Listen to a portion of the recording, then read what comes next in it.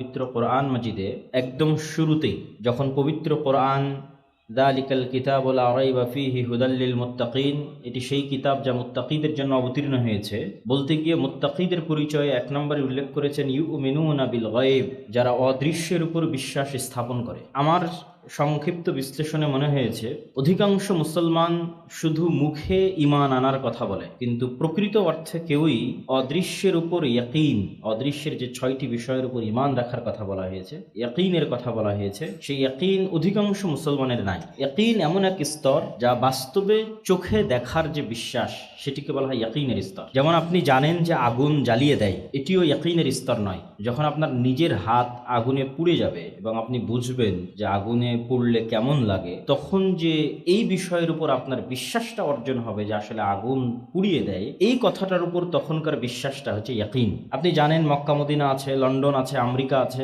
কিন্তু কোনোদিন নিজে চোখে দেখেননি। বিশেষ করে যখন অডিও ভিডিও ছিল না, তখনকার যুগের কথা যদি বলি, তো আপনার বিশ্বাস ইয়াকিনের স্তরে পৌঁছে যাবে যখন আপনি নিজে চোখে যাবেন এবং দেখবেন, তখন যে বিশ্বাস সেটি ইয়াকিন। তো অদৃশ্যের বিষয়গুলোর প্রতি আল্লাহ সুবহানাহু তাআলা এমন বিশ্বাসের কথা বলছেন, যেমন বিশ্বাস যেন মানুষ দেখে ফেলেছে অথবা হয়ে গেছে। হয়ে যাওয়া ঘটনার উপর, চোখের সামনে ঘটা ঘটনার উপর মানুষের যেমন বিশ্বাস থাকে, এই জন্য আল্লাহ সুবহানাহু তাআলা পবিত্র কোরআন মাজিদে কিয়ামতের কথা বলতে গিয়ে সবসময় অতীতবাচক, পাস্ট টেন্স, যে কিয়ামত সংঘটিত হয়ে গেছে, এই ধরনের বাক্য এবং শব্দ ব্যবহার করেছে। মৃত্যু হয়ে গেছে, কেননা ভবিষ্যতের একটা ঘটনার বিষয়ে সন্দেহ থাকে। যে যেমন গত 16 বছর যে সরকার ছিল, মানুষ বলতো হ্যাঁ পড়তে পারে, এই পড়বে, এই বিদায় নিবে, কিন্তু এটা সন্দেহযুক্ত। আর এখন নিশ্চিত যে চলে গেছে নাই, এই চলে গেছে নাই এটা কতটা সত্য, আর চলে যাবে থাকবে না ওইটা কতটা সত্য, দুটোর মধ্যে অনেক পার্থক্য। তো মানুষ যদি এইভাবে মনে করে যে আমি একদিন মারা যাব,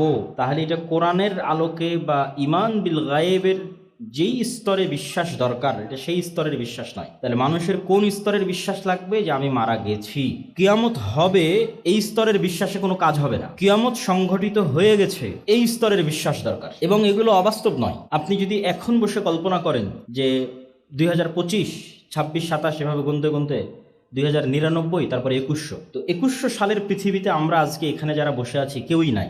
এটাই সত্য যে পৃথিবীতে যখন 2100 সাল আসবে, তখন আমাদের যে গড় আয়ু, আমরা যারা এখানে আজকে উপস্থিত আছি তারা তখন কেউ নাই। তাহলে আমরা কি মারা গেছি। এবং এইরকমই কোনো এক সময় কিয়ামত সংঘটিত হবে, বিচার হবে, জান্নাত জাহান্নামের ফায়সালা হবে। মানুষকে ওই লেভেলের কল্পনা করতে হবে যে হ্যাঁ কিয়ামত হয়ে গেছে, বিচার সম্পন্ন হয়ে গেছে, আল্লাহ সুবহানাহু ওয়া তাআলা জান্নাত এবং জাহান্নামের ফায়সালা শুনিয়ে দিয়েছেন, এবং আমি এখন হয় জান্নাতে আছি না হয় জাহান্নামে আছি। এটা হলো মানুষের এমন একটা ঠিকানা যার পরে আর হবে বলে কিছু নাই, তার আগ পর্যন্ত সব হয়ে গেছে। তো আপনি যদি কল্পনা করেন যে আল্লাহ সুবহানাহু ওয়া তাআলার দয়ায় আপনি এবং আমি জান্নাতে চলে গেছি, অতীত কল্পনা, মৃত্যু হয়ে গেছে, কবর সম্পূর্ণ হয়েছে, কিয়ামত সংঘটিত হয়ে গেছে, বিচার সম্পূর্ণ হয়ে গেছে, আমি এবং আপনি এখন জান্নাতে আছি, জান্নাতে চলে গেছি। তারপরেও জান্নাতের যে স্তরভেদ, জান্নাতের যে ফ্যাসিলিটি, যে সুযোগ সুবিধা, দুনিয়ার সুযোগ সুবিধার সাথে জান্নাতের সুযোগ সুবিধার আসমান এবং জমিন পার্থক্য। যেমন দুনিয়াতে একটা মসজিদে আমরা গেলাম যেখানে এসি আছে, এই মসজিদে আসলাম এখানে এসি নাই, এটা দুনিয়ার সুযোগ সুবিধার পার্থক্য।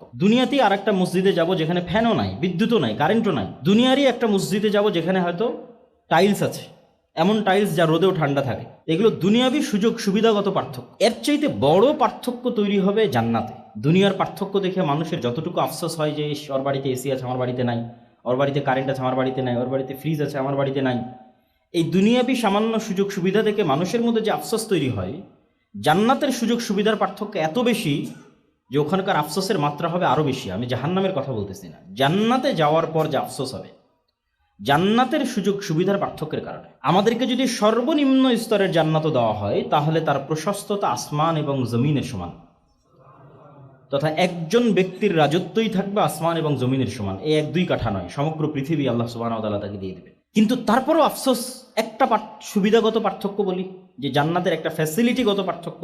যারা জান্নাতের সর্বোচ্চ স্তরে আছে, তারা হয়তো এমনও স্তরে কেউ আছে যে সব সময় আল্লাহ সুবহানাহু ওয়া তাআলাকে দেখছে, এমনও স্তরে কেউ আছে যে হয়তো 1 সপ্তাহে দেখছে, কেউ হয়তো 1 মাসে দেখছে।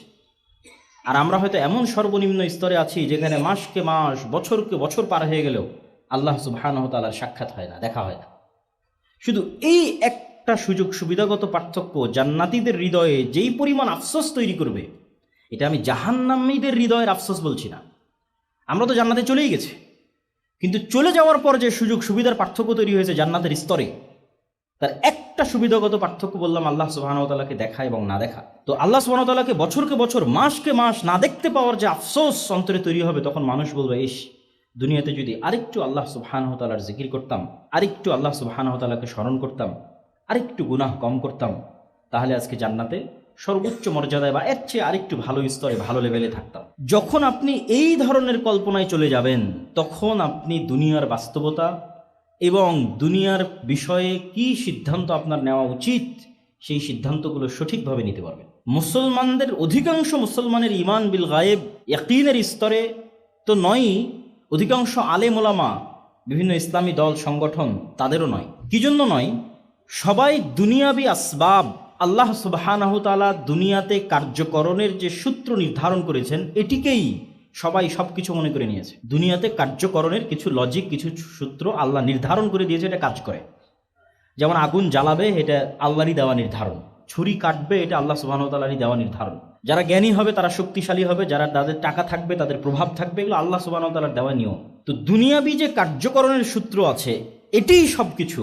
এই বিশ্বাস 90% বেশি মুসলমানের, আলেম ওলামার, ইসলামী দল এবং সংগঠনের। আল্লাহ সুবহানাহু তাআলা চাইলে সবই পরিবর্তন করে দিতে পারেন। ঈমান বিল গায়ব, ঈমান বিল গায়বের একটা বড় অংশ হচ্ছে ফেরেশতা। ফেরেশতারা পৃথিবীতে আছে, ফেরেশতারা আমাদের সহযোগিতা করতে পারে, ফেরেশতারা আমাদের সহযোগিতায় আকাশ থেকে নেমে আসে, এগুলোর প্রতি আমাদের ন্যূনতম বিশ্বাস নাই। ইয়াকিন তো বহু দূরের কথা।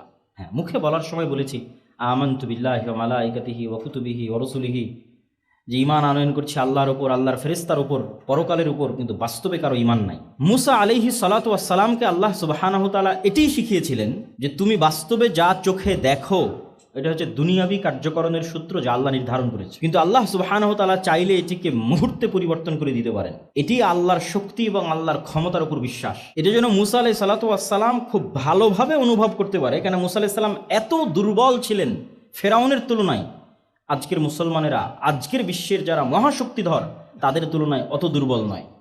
যত দুর্বল মুসা আলাইহিস সালাম এবং বানু ইসরাইল ফেরাউনের শক্তির কাছে ছিল, ফেরাউনের শক্তির কাছে মুসা এবং বানু ইসরাইল যত অসহায় ছিল, আজকের বিশ্বের মুসলমানেরা, আজকের যে সমস্ত জালিম রাষ্ট্র আছে, তাদের কাছে অত অসহায় নয়। তাহলে যখন মুসা আলাইহিস সালাতু ওয়াস সালাম সর্বোচ্চ অসহায়, তখন দুনিয়াবি কার্যকরণের কোনো সূত্র যেটা দিয়ে দুনিয়াতে কাজ হয়, সৈন্য সামন্ত লাগবে, অস্ত্রপাতি লাগবে, এদিকে কিছু নাই। না অস্ত্র আছে, সব লোক যারা তার নিজের জাতির, সহজাতির, স্বগোত্রের, সব গোলাম, কৃতদাস, সব ফেরাউনের কৃতদাস। তাহলে উনি কিভাবে স্বপ্ন দেখবে যে ফেরাউনের এই 1000 বছরের রাজত্ব, বিশাল সেনাবাহিনী, বিশাল পুলিশ, অস্ত্রপাতি, বিশাল জাদুকরদের বাহিনী, এদের সাথে উনি কি নিয়ে লড়াই করবে? উনি যদি শুধু দুনিয়াবি জিনিসের উপর ভরসা করে থাকে, তাহলে তো সম্ভব নয়। এই জন্য আল্লাহ সুবহানাহু ওয়া তাআলা ওনার হাতের লাঠিকে জ্যান্ত সাপ করে দিলেন, এবং মুসা আলাইহিস সালাতু ওয়াস সালামের হাতের লাঠি যে সাপে পরিণত হয়, এই সাপ বাস্তব সাপ। এবং জাদুকরদের সিজদা করার কারণও এটি, কেননা জাদুকরদের হাতেও যে লাঠি ছিল, যে দড়ি ছিল, সেগুলো কিন্তু সাপ হয়েছিল। মুসা আলাইহিস সালাম তো ওদের সাপ দেখে ভয় পেয়ে গেছে যে এতগুলো সাপ একসাথে ছুটে আসতেছে, তাহলে কেন জাদুকরেরা সিজদা করলো? জাদুকরদের হাতের দড়ি, হাতের লাঠিও সাপ হয়ে গেছে, কিন্তু ওগুলো ছিল জাদুর সাপ, বাস্তব সাপ হয়নি। যেই সাপের বিষ থাকে, যেই সাপ খেয়ে ফেলে, বাস্তব জীবন্ত জ্যান্ত সাপ যেটা মাঠে আছে, এই সাপ হয়নি। কিন্তু মুসা আলাইহিস সালাম যখন তার লাঠি ছেড়ে দিয়েছে, তখন এই লাঠিটা বাস্তব সাপে পরিণত হয়ে গেছে। তখন জাদুকরেরা বলছে তো জাদু নয়, আর একটা লাঠিকে বাস্তব সাপে পরিণত করা তো পৃথিবীতে কারো পক্ষেই সম্ভব নয়। তখন তারা সিজদায় অবনত হয়েছে যে না, ইনি আল্লাহ সুবহানাহু ওয়া তাআলার রাসূল। তাহলে মুসা আলাইহিস সালামকে আল্লাহ সুবহানাহু ওয়া তাআলা বাস্তবে দেখাচ্ছে যে পৃথিবীতে তুমি যা চোখে দেখো, এগুলো কিছুই নয়। আল্লাহ সুবহানাহু ওয়া তাআলা চাইলে যদি এই লাঠিকে এখন বাস্তব জ্যান্ত সাপে পরিণত করে দিতে পারে, তাহলে সারা বিশ্বের সুপার পাওয়ারদের কাছে যে পারমাণবিক বম আছে, ওগুলোকে পানিতে পরিণত করে দিতে পারে। কিন্তু ওই লেভেলের বিশ্বাস, ইয়াকিন মুসলমানদের নাই। যেই লেভেলের ইয়াকিন এবং বিশ্বাস আল্লাহ মুসা আলাইহিস সালামের মধ্যে তৈরি করেছিল, যে তুমি দুনিয়াবি আসবাবের উপর ভরসা করিও না, তুমি শিখো যে আল্লাহ সুবহানাহু ওয়া তাআলা তোমার সাহায্যে, তোমার সহযোগিতায় যা ইচ্ছা তাই করতে পারে। মুসা আলাইহিস সালাম তো আর জানতেন না যে আল্লাহ সমুদ্রের মধ্যে রাস্তাও তৈরি করে দিতে পারে, এটা জানতেন না। কিন্তু এই বিশ্বাস উনি অর্জন করেছিলেন যে আল্লাহ যা ইচ্ছা তাই করতে পারে, আমাকে ঈমান বিল গায়ব রাখতে হবে, আল্লাহর ক্ষমতা, আল্লাহর শক্তির উপর বিশ্বাস রাখতে হবে। তো উনি ওই বিশ্বাস অর্জন আল্লাহ প্র্যাকটিক্যালি তাকে করিয়েছে। যখন তিনি ওই লেভেলের বিশ্বাস প্র্যাকটিক্যালি অর্জন করেছেন, তখন ফেরাউনের এই শক্তি, সামর্থ্য, এই সেনাবাহিনী তার কাছে কিছুই মনে হয়নি। উনি তখন বিন্দুমাত্র টলেননি, তখন তার আল্লাহ ভরসার প্রতিদান হিসেবে আল্লাহ সুবহানাহু ওয়া তাআলা সমুদ্রের মধ্যে রাস্তাও তৈরি করে দিয়েছে। আল্লাহ সুবহানাহু ওয়া তাআলা মরুভূমির মধ্যে থেকে ঝর্ণা বের করে দিয়েছেন। আল্লাহ সুবহানাহু ওয়া তাআলা আকাশ থেকে জান্নাত থেকে খাদ্যদ্রব্য পাঠিয়েছেন, মান্না এবং সালওয়া। কিন্তু আজকের মুসলমানদের ওই ঈমান বিল গায়ব নাই, যে আমি আমার আদর্শ এবং নীতির উপর অটল থাকব, আল্লাহর সহযোগিতা আসবে, এই বিশ্বাস নাই। আরে না, আমাকে এটা অর্জন করতে হলে তো এটা ছাড় দিতে হবে, আমাকে এটা অর্জন করতে হলে এটা বাদ দিতে হবে। আমি যদি এভাবে, দুনিয়াতে এখন এইভাবে চলে না, দুনিয়াতে আপনাকে টিকে থাকতে হলে এভাবেই থাকতে হবে। ফলত শরীয়তের মধ্যে, ইমানের মধ্যে, আমলের মধ্যে হাজারো এবং শত রকমের বিকৃতি নিয়ে মানুষকে সন্তুষ্ট করার প্রবণতা, বড় বড় পরাশক্তিদেরকে সন্তুষ্ট করার প্রবণতা, যে তারা সন্তুষ্ট হোক, এখন আর এইভাবে চলবে না। কিন্তু আল্লাহ সুবহানাহু ওয়া তাআলা সন্তুষ্ট হলে আল্লাহ সুবহানাহু ওয়া তাআলা যে ফেরেশতা অবতীর্ণ করতে পারেন এই বিশ্বাসী নাই। অথচ রাসূলুল্লাহ সাল্লাল্লাহু আলাইহি ওয়াসাল্লামের সহযোগিতায় আল্লাহ সুবহানাহু ওয়া তাআলা বহুবার ফেরেশতা অবতীর্ণ করেছে। এবং মানুষ আজকে যেই বন্ধু বান্ধবের সাথে পরিচিত, যে আত্মীয় স্বজনের সাথে পরিচিত, আল্লাহ যখন নিজে মানুষকে তৈরি করেছেন তখন আদম আলাইহিস সালাতু ওয়াস সালাম না তার কোনো ছেলের সাথে পরিচিত হয়েছেন, না তার কোনো স্ত্রীর সাথে পরিচিত হয়েছেন, না কোনো মানুষ বন্ধু বান্ধবের সাথে পরিচিত হয়েছেন, না কোনো মানুষ শত্রুর সাথে পরিচিত হয়েছে। আদম আলাইহিস সালাতু ওয়াস সালামকে পৃথিবীতে আনার পরে মানুষ ছাড়া আর দুইটা জীবন্ত সৃষ্টি জীবের সাথে আল্লাহ পরিচয় করিয়েছেন, একটা ফেরেশতা, একটা শয়তান। তাহলে মানুষের প্রথম পরিচয়, প্রথম বন্ধুত্ব, প্রথম শত্রুতা মানুষের সাথে হয়নি। মানুষের প্রথম পরিচয়, প্রথম বন্ধুত্ব, প্রথম শত্রুতা হয়েছে ভিন্ন জগতের দুই সৃষ্টি জীবের সাথে, একটা শয়তান, একটা ফেরেশতা। কিন্তু আমাদের তো ওই লেভেলের বিশ্বাসই নাই যে হ্যাঁ আমার কাঁধে বাস্তবে দুইজন ফেরেশতা আছে, অথবা এখন বাস্তবে এই মসজিদে ফেরেশতারা অবস্থান করতেছে, অথবা রাসূল সাল্লাল্লাহু আলাইহি ওয়াসাল্লাম বলেছেন জুমার দিন মসজিদের দরজায় ফেরেশতা বসে থাকে এবং যত মানুষ আসতে থাকে তাদের নাম লিখতে থাকে। যখন খতিব মেম্বারে দাঁড়িয়ে যায়, আজান হয়, তখন তারা খাতা বন্ধ করে দিয়ে তারাও মসজিদে খতিবের বক্তব্য শোনার জন্য বসে। এটা শুধু আমরা শুনেছি, কিন্তু বাস্তবে যে এটি ঘটতেছে এই লেভেলের বিশ্বাস নাই। কিন্তু ওই লেভেলের বিশ্বাস যারা সচক্ষে দেখেছে তাদের আছে। যেমন সাহাবীরা, তারা সচক্ষে দেখেছে ফেরেশতাদের সংক্রান্ত যত ঘটনা রাসূলুল্লাহ সাল্লাল্লাহু আলাইহি ওয়াসাল্লামের জীবনে আছে, তার সবগুলোকে যদি এক জায়গায় করা যায় তো অসংখ্য ঘটনা হবে, যা আজকের এই বক্তব্যে বলে শেষ করতে পারবো না। এটা আমাদের বিস্তারিত একটা বই আসতেছে, এমনি দুই একটা ঘটনা ধরে। এরকম একদিন বৈঠকে এরকমই মানুষ, মদিনা তো অত বড় শহর নয়, আজও ছোট শহর, সেই দিন তো আরো ছোট ছিল। তো একজন অপরিচিত মানুষ আসলো, তো এত ছোট শহর, আর এটা তো আজকের সফর নয় যে আমি আব্দুল্লাহ ঢাকা থেকে সৈয়দপুর বিমানে আসলাম, ওইটা তো এই যুগের সফর নয়। তখন সফর মানে মরুভূমির ধুলাবালির মধ্যে সফর। তাহলে হয় এই মানুষ এই গ্রামের হলে আমি চিনব, আর যদি এই গ্রামের না হয় তাহলে তোকে মরুভূমি সফর করে আসতে হয়েছে, তার প্রভাব ওর গায়ে থাকবে। তো সফরেরও আলামত নাই, পরিষ্কার ধবধবে সুন্দর চকচকে। সরাসরি এসে আল্লাহ রাসূল সাল্লাল্লাহু আলাইহি ওয়াসাল্লামকে জিজ্ঞেস করছে ঈমান কি, ইসলাম কি, ইহসান কি। উত্তর দেওয়া শেষ, ফেরত চলে যাচ্ছে। আল্লাহ নবী বলছে তোমরা কি জানো কে এসেছিল? বললেন আল্লাহ এবং আল্লাহ রাসূল ভালো জানে। তো বলে জিব্রাইল এসেছিল তোমাদেরকে দিন শেখানোর জন্য। তাহলে এখানে সাহাবীরা বাস্তবে দেখতেছে যে জিব্রাইলের অস্তিত্ব, যে পৃথিবীতে জিব্রাইল এক্সিস্ট করে, আছে, ফেরেশতারা আমাদের আশেপাশে আছে, তারা মানুষের রূপ ধারণ করে আসতে পারে, সচক্ষে দেখতেছে। তাহলে ওদের ঈমান কোন লেভেলে থাকবে? ওরা মানুষের সাথে কম্প্রোমাইজ করতে চাইবে, না আল্লাহর ওই সাহায্যের ভরসায় আদর্শ অটল থেকে ঝাঁপিয়ে পড়বে? ওরা তো দেখেছে রাসূল সাল্লাল্লাহু আলাইহি ওয়াসাল্লামের সাথে বদরের যুদ্ধে, উহুদের যুদ্ধে, খন্দকের যুদ্ধে কিভাবে ফেরেশতা নেমে আসতো। সাদ বিন মুআজের জানাজার ক্ষেত্রে রাসূল সাল্লাল্লাহু আলাইহি ওয়াসাল্লাম বলছেন যে সাদ বিন মুআজের জানাজায় ৭০,০০০ ফেরেশতা অংশগ্রহণ করেছে, এবং তার লাশ যখন ভারী হচ্ছিল ওজনে, রাসূল সাল্লাল্লাহু আলাইহি ওয়াসাল্লাম বললেন এই লাশের সাথে ফেরেশতা আছে এত বেশি পরিমাণে যে লাশের ওজন ভারী হয়ে গেছে। খন্দকের যুদ্ধ শেষ করে রাসূল সাল্লাল্লাহু আলাইহি ওয়াসাল্লাম যখন বাড়িতে আসলেন, এসে যখন তার তরবারি রেখে দিয়ে গোসল করতে যাচ্ছেন, জিব্রাইল এসে বলছে আপনি তরবারি রেখে দিয়েছেন, আমরা তো রাখিনি কেন? ওই যে ইহুদিদের ৩টা গোত্র, বানু কুরাইজা, বানু কাইনুকা, বানু নাজির, এরা বিশ্বাসঘাতকতা করেছিল খন্দকের সময়, এদেরকে শেষ করতে হবে, বিশ্বাসঘাতক রাখা যাবে না, মদিনা থেকে বের করে দিতে হবে। তো আনাস রাদিয়াল্লাহু তাআলা আনহু বলছে যে আমরা যখন ইহুদিদের এই গোত্রগুলোর দিকে এগিয়ে যাচ্ছিলাম, তখন এদের বাসস্থলের অলিগলিতে জিব্রাইলের বাহিনীর উড়ন্ত ধুলা আমরা দেখছিলাম। সহিহ হাদিস, যে জিব্রাইলের বাহিনীর উড়ন্ত ধুলা আমাদের আগে আমরা সচক্ষে দেখছিলাম। তাহলে তারা নিজে চোখে ফেরেশতাদের সহযোগিতা দেখেছে, যে আল্লাহ আসমান থেকে ফেরেশতা পাঠিয়েছে মুহাম্মদ সাল্লাল্লাহু আলাইহি ওয়াসাল্লামকে সহযোগিতা করার জন্য। তাহলে ওদের ঈমান কোন লেভেলের? ঈমান বিল গায়ব, যে ফেরেশতা আছে, ফেরেশতা আমাদের হিসাব লিখছে, এবং ফেরেশতারা আমাদের সাহায্যে পৃথিবীতে নেমে আসতে পারে। এরকম কত অসংখ্য হাদিস, একের পর এক বলতে থাকলে হাদিস শেষ হবে না, শুধু ফেরেশতা সংক্রান্ত হাদিস।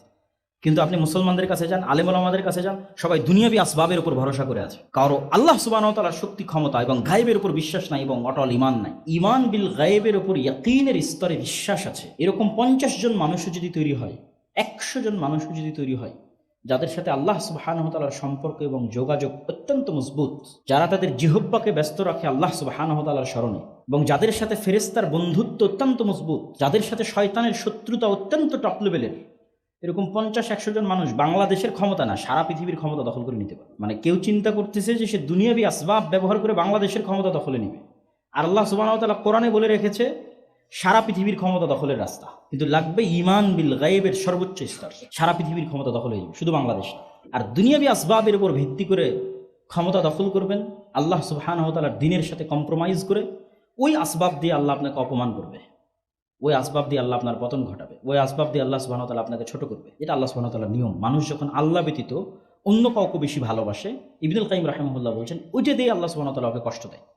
মনে করেন কোনো একজন মেয়েকে আপনি আল্লাহর চেয়ে বেশি ভালোবেসেছেন, ওই মেয়ে আপনাকে এমন ছেঁকা দেওয়া দিবে, ওইটা দিয়ে আল্লাহ সুবহানাহু ওয়া তাআলা আপনাকে কষ্ট দেবে। এই জন্য ভুলেও কোনো কিছুকে আল্লাহ সুবহানাহু ওয়া তাআলার চেয়ে বেশি বেশি ভালোবাসতে নেই। মনে করেন টাকাকে আপনি আল্লাহ সুবহানাহু ওয়া তাআলার চেয়ে বেশি ভালোবাসতেন, টাকা দিয়ে আল্লাহ সুবহানাহু ওয়া তাআলা আপনাকে ধ্বংস করে দিবে। এটা আল্লাহ সুবহানাহু ওয়া তাআলার নিয়ম। তো ফেরেশতাদের সাথে বন্ধুত্ব, আল্লাহ সুবহানাহু ওয়া তাআলার গায়েবের উপর বিশ্বাস, শয়তানের সাথে শত্রুতা, এটাই আদম আলাইহিস সালাতু ওয়াস সালাম আমাদের আদি পিতা সাথে ঘটেছে, ওটাই আমাদের রাস্তা। এই জন্য আপনাকে এবং আমাকে সতর্ক করার জন্য রাসূলুল্লাহ সাল্লাল্লাহু আলাইহি ওয়াসাল্লাম বলেছেন, মা মিন মাউলুদিন, এমন কোনো আদম সন্তান নেই, জন্ম নেয়নি, যার সাথে দুইজন বন্ধু সবসময় থাকে না। একজন ফেরেশতা বন্ধু, একজন শয়তান বন্ধু। প্রত্যেক আদম সন্তানের সাথে সবসময় একজন শয়তান বন্ধু, একজন ফেরেশতা বন্ধু। এবং রাসূল সাল্লাল্লাহু আলাইহি সাল্লাম আরো বলছেন, মানুষের মাথায় যখন কল্যাণকর কোনো চিন্তা আসে, ওটা ফেরেশতার কাছ থেকে, অকল্যাণকর কোনো চিন্তা আসে, সেটা শয়তানের পক্ষ থেকে। তাহলে আপনি যখনই মনে করবেন যে আপনি একাই আছেন, আর কোরআন এবং হাদিস বলছে আপনি একসাথে 3 জন আছেন, আপনি নিজে, আপনার ফেরেশতা বন্ধু, আপনার শয়তান বন্ধু, যখন আপনি মনে করবেন 3 জন আছেন, তখন ফাইট হবে। আর যখন মনে করবেন আপনি একাই আছেন এবং মনে করছেন ফজরে ঘুমিয়ে আছি, এটা তো আমার নিজের জন্যই ঘুমিয়ে আছি, গান শুনছি, এটা তো আসলে আমারই শুনতে ভালো লাগছে, এই জন্য শুনছি, এটাই তো শয়তানের সবচেয়ে বড় ধোঁকা এটাই। আর আপনি যদি ফজরে ঘুমিয়েও থাকেন এই মনে করে যে আমাকে ঘুমিয়ে রাখাচ্ছে শয়তান, এটা ওই ঘুমিয়ে থাকার চেয়ে ভালো যেই ঘুমিয়ে থাকায় আপনি মনে করছেন আপনি ঘুমিয়ে আছেন। 2 জন ব্যক্তি ফজরে ঘুমিয়ে আছে, একজন জানে যে আমাকে ঘুমিয়ে রাখতেছে কে বলেন তো?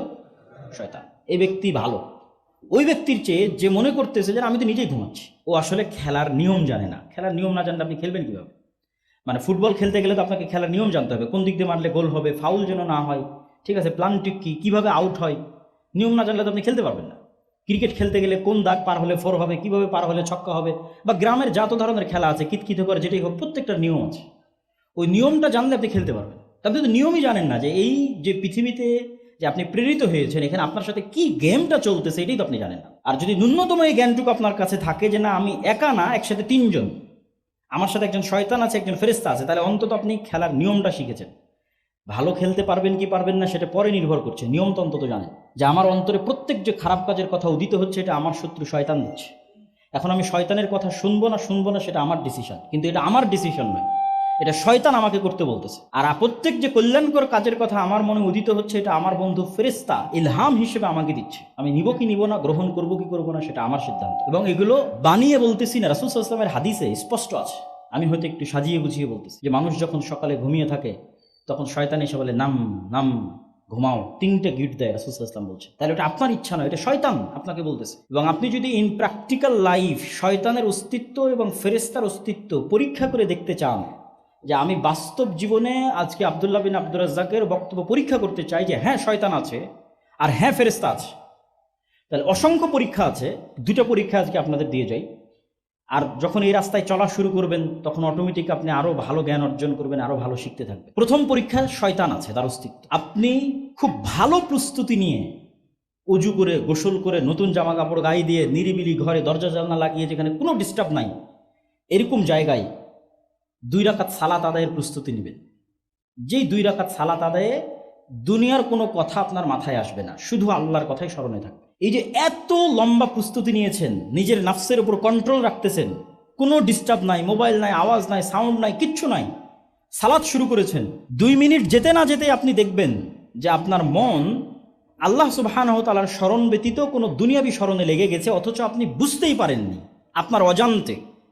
মানে যদি আপনার জানতে হতো তাহলে আমি বুঝতাম যে না শয়তান নাই, কিন্তু আপনার মন আপনার অজান্তে, আপনি তো সজাগ আছেন, সচেতন আছেন, যেন আমি পুরো সালাত আল্লাহকে স্মরণে রাখতে পারি, দুনিয়ার কোনো কথা যেন না আসে।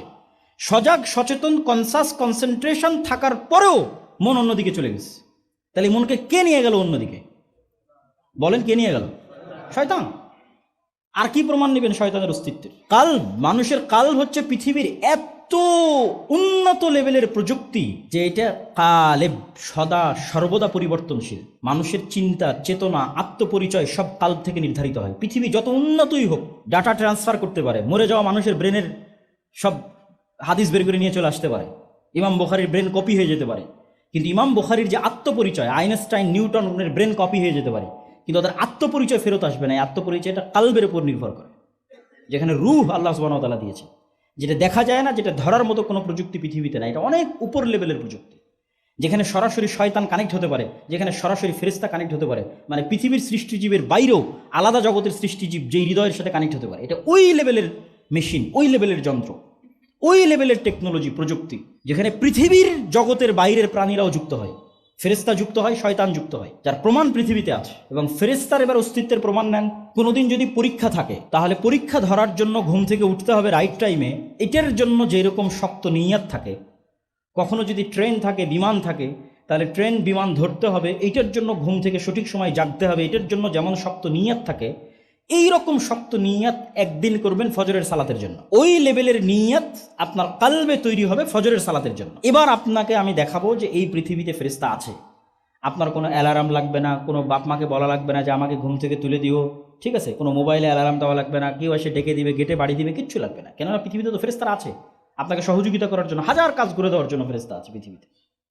তো আপনাকে রাইট টাইমে ফজরে উঠিয়ে দেওয়ার দায়িত্ব ফেরেশতা পালন করবে। আপনি পরীক্ষা করে দেখেন যে আপনাকে উঠিয়ে দেয় কিনা ফজরে। যে কোনো প্রকার সিচুয়েশন তৈরি করে, কোনো প্রকার মোবাইলের অ্যালার্ম ছাড়া, মানুষের ডাকা ছাড়া, কিচ্ছু ছাড়া আপনাকে ফজরে উঠিয়ে দিবে। সেই সিচুয়েশন ফেরেশতাই তৈরি করবে, আল্লাহ সুবহানাহু ওয়া তাআলার আদেশে তৈরি করবে। কিন্তু আমাদের অবস্থা কি? আমরা হচ্ছে এমনভাবে শয়তানের সাথে কানেক্টেড, কেন আমাদের পরকালের উপর বিশ্বাস নাই। আমরা তো চিন্তা করছি মারা যাব, কিয়ামত হবে, এটা তো কখনো চিন্তা করিনি মারা গেছি, কিয়ামত হয়ে গেছে, এখন জান্নাত বা জাহান্নামে আছি, তাহলে কি করা উচিত? ওই লেভেলের তো ইয়াকিন নাই, ফেরেশতাদের উপর ইয়াকিন নাই। তখন আমাদের পুরো লাইফটা হয়ে গেছে শয়তান কেন্দ্রিক। আমাদের বাড়িতে, আশেপাশে, সকল ক্ষেত্রে শয়তানের অ্যাক্সেস।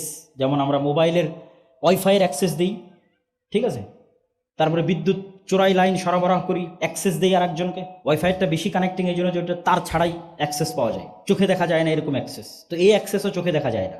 আমাদের বাড়ির আশেপাশে সব জায়গায়, আমাদের জীবনের সর্বত্র আমরা শয়তানকে অ্যাক্সেস দিয়ে রেখেছি। শয়তান যা যা ভালোবাসে আমরা তাই করি। শয়তান অপবিত্রতা ভালোবাসে, আমরা অপবিত্রই থাকি। কেউ পেশাবের যত্ন নেয় না, পেশাব ছিটে না আসুক সেদিকে খেয়াল করে না, অজু অবস্থায় থাকতে হবে সেই মর্মে কোনো সচেতনতা নাই। সালাতবিহীন জীবন, এটা তো শয়তানের জন্য সবচেয়ে সুবর্ণ সুযোগ।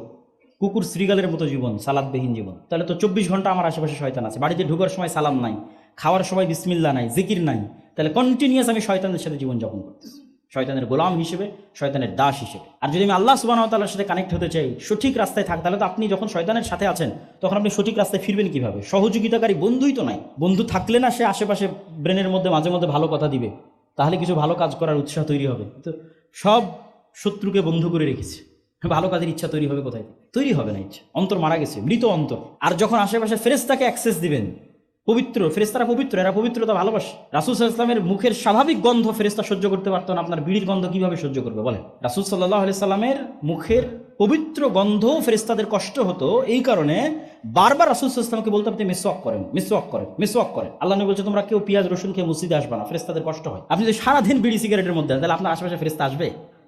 তাহলে আপনার আশেপাশে সবসময় কে আছে? শয়তান আছে। তাহলে আশেপাশে শয়তান আছে এবং আপনিও শয়তানের বন্ধু হিসেবে, আপনিও আস্ত একটা শয়তান পৃথিবীতে বসবাস করতেছেন, কিছুই করার নেই। আর যখন আপনি পবিত্র থাকবেন, সালাত আদায় করবেন, জিকির 24 ঘন্টার যে পরিবর্ধনের উপর আল্লাহ সুবহানাহু ওয়া তাআলা জিকির দিয়েছে। বাড়িতে ঢুকলে, বাড়ি থেকে বের হলে, গাড়িতে উঠলে, মসজিদে ঢুকলে, মসজিদ থেকে বের হলে, টয়লেটে প্রবেশ করলে, টয়লেট থেকে বের হলে, এগুলো প্রত্যেকটা তো আসলে শয়তানের বিরুদ্ধে এক একটা অস্ত্র, যুদ্ধাস্ত্র। যখন ওগুলো সবসময় আপনি ইউজ করবেন, তখন আপনার আশেপাশে সবসময় ফেরেশতা থাকবে, বাড়িতে রহমতের ফেরেশতারা থাকবে। এমনি আপনার ভালো কাজের মন তৈরি হবে, সালাত আদায় করতে মন চাইবে, কোরআন তেলাওয়াত করতে মন চাইবে। আর সবসময় শয়তান থাকলে বছরও কোনোদিন কোরআন পড়া হবে না। শয়তানের অস্তিত্বের আরেকটা প্রমাণ হচ্ছে কোরআন। কোরআন পড়ার আগে আল্লাহ বলছে আউযু বিল্লাহি মিনাশ শাইতানির রাজিম, শয়তান থেকে বাঁচতে চাও, কেন এই কোরআন শয়তান তোমাকে পড়তেই দিবে না। আপনি ফেসবুক চালান, ঘন্টার পর ঘন্টা চালাতে পারবেন, মুভি দেখেন, নাটক দেখেন, চায়ের স্টলে বসে টিভি দেখেন, ঘন্টার পর ঘন্টা দেখতে পারবেন। আসেন 5 মিনিট কোরআন পড়েন, ধৈর্য ধরে রাখতে পারবেন না, কেন শয়তান কন্টিনিউয়াস আপনার উপর শয়তানের প্রভাব এবং কন্ট্রোল সর্বোচ্চ পর্যায়ে আছে। সম্মানিত উপস্থিতি, গায়েবের প্রতি ঈমান মজবুত করা এবং পৃথিবীতে যে আমরা অবস্থান করছি এই পৃথিবীর অস্তিত্বটা পরকালের নিশ্চয়তার সাথে তুলনা করা এবং পৃথিবীতে আসলে খেলাটা কিভাবে চলতেছে শয়তান এবং ফেরেশতার অস্তিত্বের মাধ্যমে এটা অনুধাবন করা এবং সে অনুযায়ী আল্লাহ সুবহানাহু ওয়া তাআলার উপর আস্থা এবং বিশ্বাস রেখে ভালো বন্ধুদের একটা হচ্ছে ফেরেশতা, তাদের আরো নিকটবর্তী হওয়া, আল্লাহ সুবহানাহু ওয়া তাআলার আরো নিকটবর্তী হওয়া, এই রাস্তাগুলো অবলম্বনের মাধ্যমে ঈমান বিল গায়বকে ইয়াকিনের স্তরে নিয়ে গেলে আপনার মধ্যে যেই শক্তি, যেই সামর্থ্য, যেই নেতৃত্ব, যেই প্রভাব তৈরি হবে,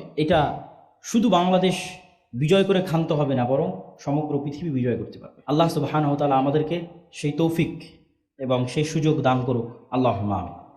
এবং আমাদের সবার অন্তরে নূর, আল্লাহুম্মা জাআল ফি কলবি নূরা, রাসূল সাল্লাল্লাহু আলাইহি ওয়াসাল্লাম দোয়া করতেন। ফেরেশতারা হচ্ছে নূরের তৈরি এবং আল্লাহ রাসূল সাল্লাল্লাহু আলাইহি ওয়াসাল্লাম দোয়া করতেন যে আল্লাহ আমার অন্তরে নূর দেন, আমার কানে নূর দেন, আমার চোখে নূর দেন, উপরে দেন, নিচে দেন, ডানে দেন, বামে দেন, সর্বত্র নূর তৈরি করে দেন। সৎ আমল নূর তৈরি করে এবং কিয়ামতের মাঠে এবং কবরে এই নূরগুলো আপনি দেখতে পাবেন, যে নূর আপনি দুনিয়াতে সংগ্রহ করেছেন সৎ আমলের মাধ্যমে, জিকিরের মাধ্যমে। আল্লাহ সুবহানাহু ওয়া তাআলা আমাদের অন্তরে সেই নূর তৈরি করার তৌফিক দান করুক, আল্লাহুম্মা আমিন। আলহামদুলিল্লাহ ওয়াহদাহু ওয়াসসালাতু ওয়াসসালামু আলা মান লা নাবিয়্যা বা'দাহ। আজকে আমরা যে মসজিদে এসেছি এই মসজিদ হচ্ছে বাইতুন নূর মসজিদ, যা আজকে প্রথম জুমার খুতবার মাধ্যমে উদ্বোধন হচ্ছে। রাসূল সাল্লাল্লাহু আলাইহি সাল্লামের হাদিস অনুযায়ী আল্লাহর সবচেয়ে পবিত্র জায়গা হচ্ছে মসজিদ এবং সবচেয়ে অপছন্দনীয় জায়গা হচ্ছে বাজার। কেন বাজারে দুনিয়াবি চাহিদা বেশি, মসজিদে দুনিয়াবি চাহিদা কম। মসজিদ পরকালের বেশি নিকটবর্তী আর বাজার দুনিয়ার বেশি নিকটবর্তী। মসজিদে আসলে এবং মসজিদে বসে থাকলে সালাত আদায়ের পর যতক্ষণ বসে থাকবে ততক্ষণ ফেরেশতা তার উপর দরুদ, তার রহমত এবং বরকতের জন্য আল্লাহ সুবহানাহু ওয়া তাআলার নিকট দোয়া করতে থাকবে। এবং মসজিদ ভিত্তিক সমাজ গড়ে তোলাই হচ্ছে মুসলমানদের কাজ। মসজিদের সাথে যে অন্তর যুক্ত থাকবে, এই যুক্ত থাকা অন্তর বিশিষ্ট মানুষকে তৈরি করাই তো মুসলমানদের কাজ। মসজিদ আবাদ করা, মসজিদকে ধরে রাখা এবং মসজিদ ভিত্তিক সমাজ তৈরি করা, এটাই সংগঠন। এর চেয়ে পাওয়ারফুল কোনো সংগঠন পৃথিবীতে আসেওনি, ভবিষ্যতেও আসবে না। এর চেয়ে পাওয়ারফুল কোনো সিস্টেম যেটার মাধ্যমে মানুষ একটা আদর্শকে লালন করবে, একটা আদর্শকে ধরে রাখবে, এর চেয়ে পাওয়ারফুল সিস্টেম পৃথিবীতে আসেওনি, ভবিষ্যতেও আসবে না। সেটা হচ্ছে ইসলামের আদর্শকে লালন করার জন্য মসজিদ ভিত্তিক সমাজ ব্যবস্থা গড়ে তোলা। তো যারা এই মসজিদ তৈরির উদ্যোগ নিয়েছে এবং এই পর্যন্ত আসতে পেরেছে, আমি কিছু যুবকদেরকে চিনি, তারাই হয়তো মূল উদ্যোক্তা। তো তারা এত বড় সাহস করেছে এবং এই পর্যন্ত আসতে পেরেছে। আমি অত্র এলাকাবাসীকে উদাত্ত আহ্বান জানাবো যে আপনারা আপনাদের সর্বোচ্চটা এই মসজিদের কাজে এবং আল্লাহ সুবহানাহু ওয়া তাআলার সন্তুষ্টির জন্য সহযোগিতা করার চেষ্টা করবেন, আল্লাহুম্মা আমিন।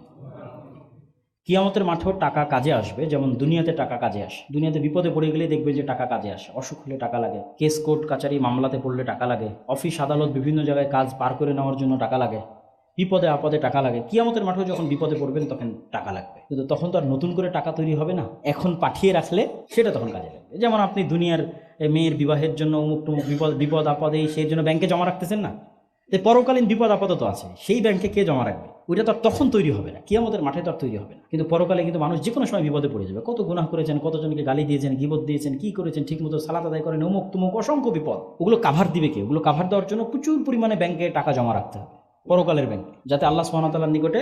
আর আল্লাহর কাছে জমা রাখার সবচেয়ে বড় ফায়দা হচ্ছে ব্যাংকে আর আপনাকে কত % লাভ দিবে, আর আল্লাহ সুবহানাহু ওয়া তাআলা ওইটাকে 1 গুণ, 10 গুণ, 700 গুণ এবং চাইলে তার চেয়েও বেশি বাড়াতে থাকবে।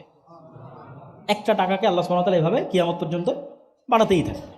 তাহলে যখন আপনার পরকালের ব্যাংকে ভালো পরিমাণ অ্যামাউন্ট আছে, মানে আপনি কোটি কোটি টাকার মালিক কিয়ামতের মাঠে, তাহলে এখন শত শত পাওনাদার যদি চলে আসে, কখন কার গীবত করেছেন, কখন কাকে গালি দিয়েছেন, কখন কোথায় নামাজ ছুটে গেছে, তখন এই সমস্ত দানের নেকি দিয়ে তখন ওই সমস্ত গুনাহগুলো, ইবাদতের কমতিগুলো কভার হবে। এবং যদি দান ভালো পরিমাণ থেকে থাকে, শেষ না হয়, তাহলে দানের নেকির বদৌলতে আপনি জান্নাতে চলে যাবেন। এই জন্য আল্লাহ বলেছে যে সালাত দিয়ে, হজ দিয়ে, এগুলো দিয়ে বাক্য ব্যবহার করা আছে, জান্নাত পাওয়া যায়। আর দান এবং শহীদ এই দুইটার ক্ষেত্রে বলা আছে জান্নাত কেনা যায়, কেনার মালিকানা। আর একটা যে আমি দিলাম, দান করলাম, দুইটার মালিকানা ভিন্ন রকম। যে আমি আমার নিজের অর্জিত টাকা দিয়ে জমি কিনেছি, আর একটা হচ্ছে না আপনাকে কেউ হেবা সূত্রে দান করে দিল, যেটার মধ্যে অনেক পার্থক্য। তাহলে কেউ যদি শহীদ হয়ে যায় ও জান্নাত কিনে নিয়েছে, আর কেউ যদি ব্যাপক পরিমাণ আল্লাহ সুবহানাহু ওয়া তাআলার রাস্তায় দান করে তো ও জান্নাত কিনে নিয়েছে। আল্লাহ সুবহানাহু ওয়া তাআলা তার কাছে জান্নাত বিক্রি করেছে। এই জন্য আল্লাহ মানুষকে আহ্বান করেছে যে তোমরা তো দুনিয়াতে ব্যবসা করছো, আমার সাথেও ব্যবসা করো। হাল আদুল্লুকুম আলা তিজারাতিন তুনজিকুম মিন আযাবিন নার। দুনিয়ার ব্যবসা তো আমরা ভালো বুঝি, আল্লাহ ব্যবসা করার জন্য প্রস্তুত আছে। আল্লাহ বিক্রি করবেন জান্নাতের জায়গা, আর আপনি কিনবেন জান্নাতের জায়গা। আল্লাহ সুবহানাহু ওয়া তাআলার সাথে ব্যবসা হবে এবং এটি অতি লাভজনক ব্যবসা। এই ব্যবসায় কোনো লস নাই, পৃথিবীর ব্যবসায় লস হতে পারে। আল্লাহ নিজে এটাকে ব্যবসা হিসেবে তুলে ধরেছে এবং ক্রয় বিক্রয় শব্দ ব্যবহার করা আছে। আমি বানিয়ে ক্রয় বিক্রয় বলছি তা না, আল্লাহ নিজে বলেছেন ক্রয় বিক্রয়, আমি বিক্রি করবো, তোমরা কিনবা। এই মসজিদের কাজে সহযোগিতা স্বরূপ দান করবেন, এটির উদাত্ত আহ্বান। আর যেহেতু এই সমস্ত অঞ্চলে আমাদের আসা খুব কম হয়, তো আমাদের সাথে স্থায়ী যোগাযোগের মাধ্যমই হচ্ছে মাসিক আল ইতিসাম। আমি নিজে মাসিক আল ইতিসামে নিয়মিত সম্পাদকীয় লিখি, প্রতি মাসে 2টা প্রবন্ধ যায় নিয়মিত, তো আমারই লেখা থাকে 3টে নিয়মিত। এবং সম্পাদকীয়গুলোতে সমসাময়িক বিভিন্ন ইস্যু, যেমন এই মাসেরটাতে আছে জাতিসংঘের মানবাধিকার কমিশন নিয়ে, সামনের মাসে আসতেছে বাংলাদেশে বর্তমান সরকারের আমলে এনজিওদের যে বাংলাদেশের পুরো অর্থনীতিকে গ্রাস করা এবং পুরো শিক্ষা ব্যবস্থাকে গ্রাস করার যে চক্রান্ত, যেটা প্রাথমিক বিদ্যালয়ে গানের শিক্ষক নিয়োগের মাধ্যমে এই সরকার প্রমাণ করতে যাচ্ছে, যেটার আমরা সর্বোচ্চ প্রতিবাদ জানাচ্ছি। এবং আমরা এটিও বলতে চাচ্ছি যে যদি এটি প্রতিবাদের মাধ্যমে বন্ধ করা সম্ভব না হয়, তাহলে প্রাথমিক স্কুলে সন্তান পাঠানো হারাম হিসেবে গণ্য হবে। ভিক্ষা করে হলেও প্রাথমিক স্কুলের পাশে সুন্দর আর একটা ইসলামিক স্কুল, ইসলামিক মাদ্রাসা তৈরি করতে হবে, যেখানে কোরআন হাদিস থেকে শুরু করে ইংরেজি, বাংলা, গণিত, সায়েন্স সবই উন্নত মানের শেখানো হবে ইনশাআল্লাহ। তো এই বিষয়ের সম্পাদকীয় আসতেছে সামনের মাসে। তো এই যে মাসিক আল ইতিসামটা প্রতি মাসে আপনাদের কাছে থাকা উচিত, এই মসজিদে আসা উচিত। আরও যারা বিভিন্ন অঞ্চল থেকে আজকে এখানে এসেছেন তাদেরকেও সংগ্রহ করার উদাত্ত আহ্বান জানাও। আর সর্বোপরি মসজিদ ভিত্তিক মক্তব নিয়ে আমাদের যে কার্যক্রম চলে সেটির সাথে যুক্ত হওয়া। এবার আমাদের মক্তব প্রতিযোগিতা জাতীয় পর্যায়ে টিভি চ্যানেলে আয়োজিত হতে যাচ্ছে, যদি আল্লাহ সুবহানাহু ওয়া তাআলা কবুল করে ইনশাআল্লাহ। সেখানে আপনাদের ছেলেমেয়েরাই পারফর্ম করবে। গ্রামের একদম অজপাড়াগা থেকে উঠে আসা মক্তবের ছেলেরা প্রতিযোগিতায় অংশগ্রহণ করে টিভি চ্যানেল পর্যন্ত, জাতীয় পর্যায় পর্যন্ত চলে যাচ্ছে আলহামদুলিল্লাহ। তো এইটির সাথে যুক্ত হওয়া এবং এই প্রতিযোগিতাগুলোতে অংশগ্রহণ করা, এটিকে আপনাদের দাওয়াতি কাজের বড় একটা মাধ্যম হিসেবে গ্রহণ করতে পারেন।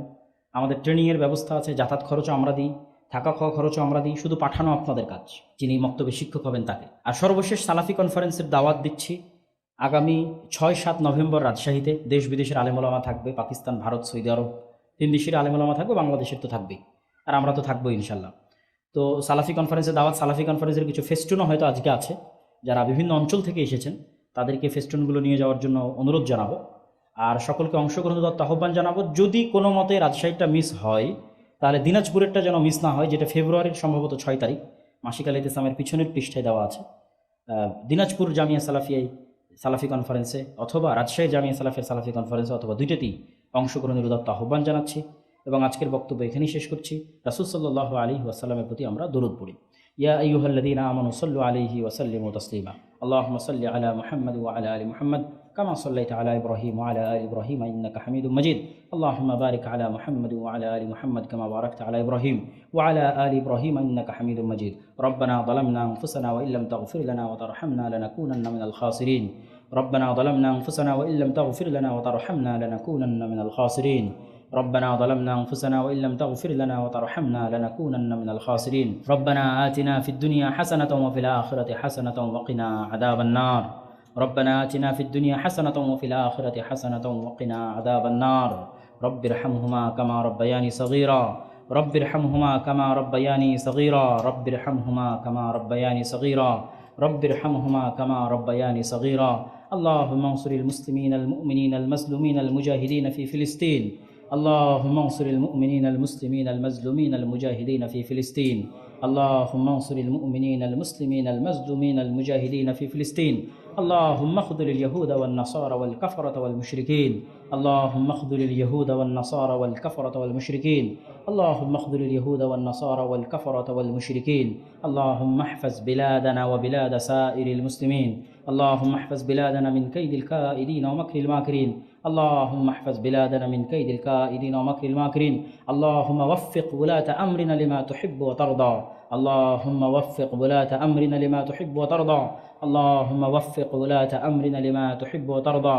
اللهم اشف مرضانا ومرضى جميع المسلمين. اللهم ارحم موتانا وموتى جميع المسلمين. اللهم اشف مرضانا ومرضى جميع المسلمين. اللهم ارحم موتانا وموتى جميع المسلمين. سبحان ربك رب العزة عما يصفون وسلام على المرسلين والحمد لله رب العالمين.